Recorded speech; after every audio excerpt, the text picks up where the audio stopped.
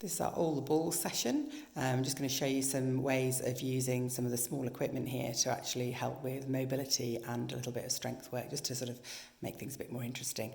So I'm going to do a nice stretch for underneath the foot here with using one of the spiky balls. If you haven't got a spiky ball, you could use a tennis ball or something like that. So Richard just rolling it backwards and forwards under his foot, right from the toes all the way to the heel.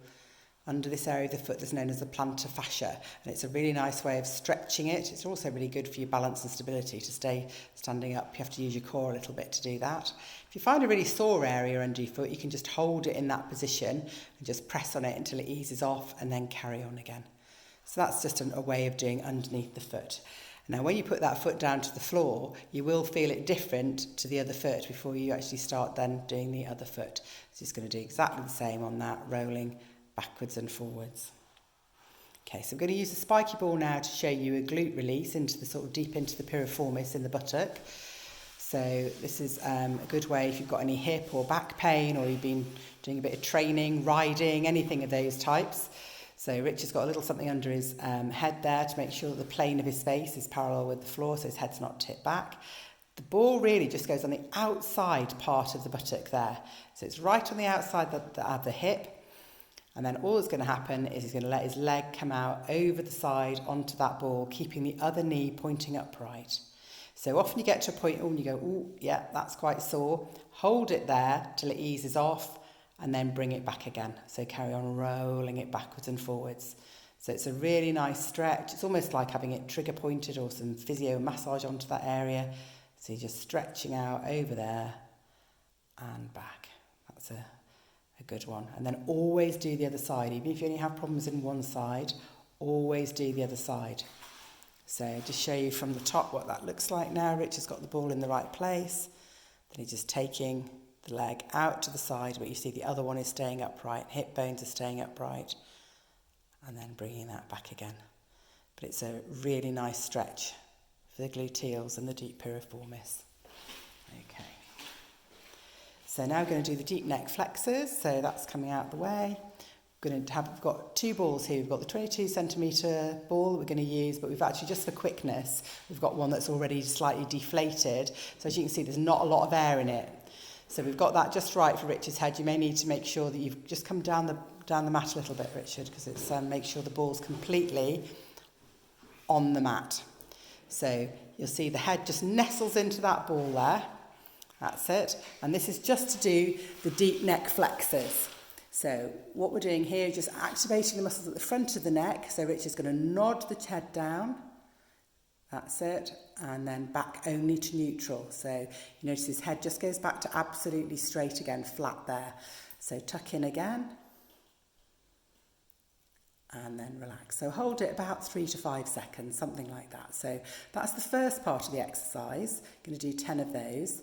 Then you're going to do not quite as deep a head nod, probably about half that, and then roll the head. So you're actually going to roll the head. That's it, all the way over, keeping that little nod on, and then rolling it back. Then check that you've still got your chin nod on, and then roll over to the other side. That's it, it's strengthening those neck muscles at the front of your neck. It's actually quite a relaxing exercise, so you're going to do 10 of those to each side. So now we're going to do the bird dog arm only with the weighted ball. So if you've seen some of our other exercises, we've actually got the bird dog on there already, so you can always have another look at that if you're not sure what you're doing. Tummy muscles are on here in this position, your core is on, shoulder blades slid down your back a little bit, you're on your hands and knees directly under hips, and you've got your hands directly under your shoulders. So we're going to show you, if you haven't got the weighted balls, you can also use dumbbells, which we'll show you as well. So the weighted balls, to start with, they're only 1 kilo. So just going to do the arm movement of the bird dog with the weighted ball. So your shoulder blade stays down, you lift the arm up and down. So as you can see, Richard's actually holding onto the other ball. It gives him a little bit makes it even, and that's actually a really nice way of doing this one, rather than just picking it up and down all the time. But if you only have one weight, then you'd have to do it that way. And then we'll just demonstrate now using the dumbbell. So this is only a 1 kilo dumbbell to replicate exactly the same as you are with the weighted ball.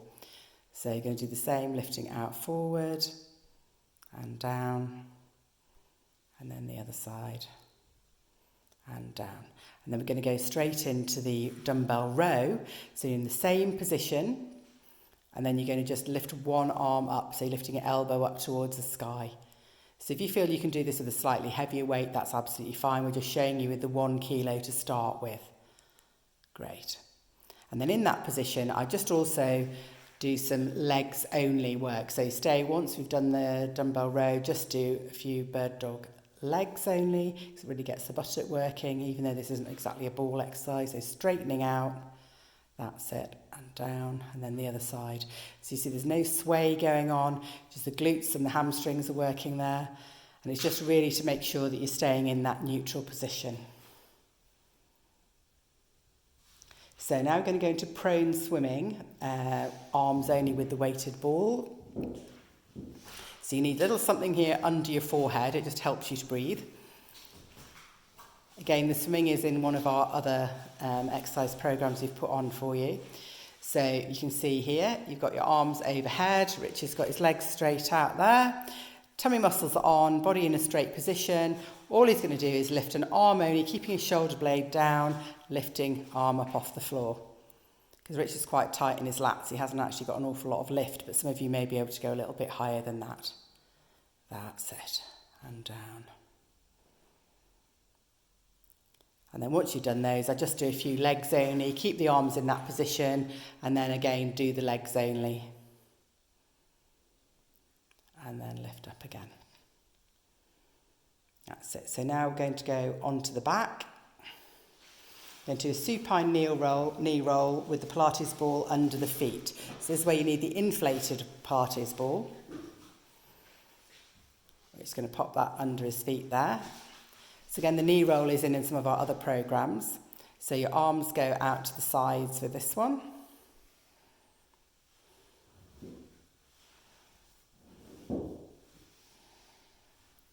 Feet on the ball. And then you're going to use your abdominal and your core here to just actually rotate your knees over to one side and pull them back over in the opposite direction, using the opposite side of your abdomen, of your tummy muscles there. But you see there's quite a lot of extra instability now because of the ball. This is much harder than doing it with your feet down. So this is actually quite a big progression. So if you can't quite manage this with the ball underneath, make sure you just do it with your feet flat on the floor. Now we're going to do the same with the bent knee fall out with the ball under the foot to show you the difference here. So one foot comes off the ball. Now the feet are now hip width apart. So Rich is going to do the bent knee fall out, which means that right leg is coming out to 45 degrees. His hip bones are staying pointing up towards the ceiling. Then he's using his abdominal muscles to pull that leg back to neutral again. There should be no rotation of the pelvis, so core must stay on. But it's more challenging because it's on an unstable surface. That's it. So now we're going to go on to the Swiss ball.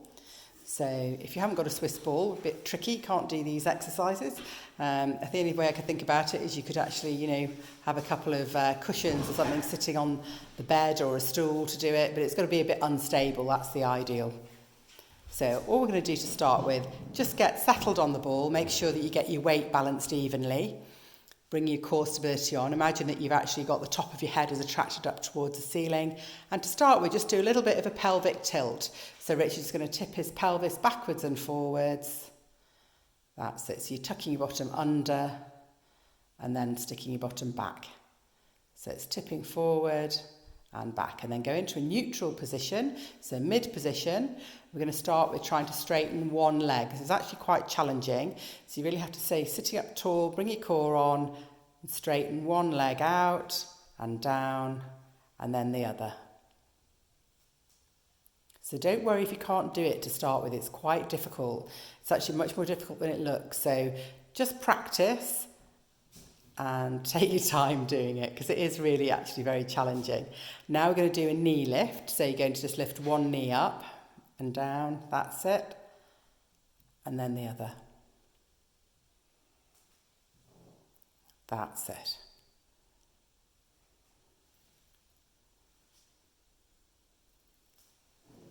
Good. Now we're going to do arm offerings. We'll do them just on their own first to make sure you get the movement pattern right. So shoulders are even, shoulder blades are slid down the back. Then you take your arms, elbows out to the side, and then reach up towards the ceiling as if you're making offerings to the gods. And bring them back and down in the same direction. That's it. Elbows in and then bring them in. So this really uses those muscles between your shoulder blades. It's very nice exercise. That's it. So now I'm going to challenge it a bit more, those muscles of your upper back, by using the small weighted balls. So always start on the 1 kilo, and I think that they're about right for this. But if you find that, as time goes on, or you're, exceptionally strong, you may want to use something a little bit heavier, but usually 1 kilo is fine.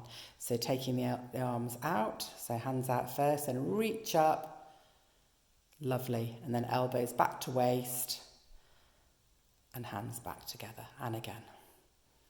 So that is the Swiss ball sit with offerings with a weighted ball.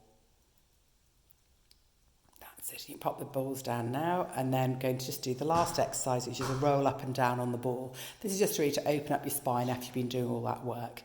So you start with nodding the chin down, and you're going to imagine you're opening up each vertebra individually. Keep dropping down as far as you can.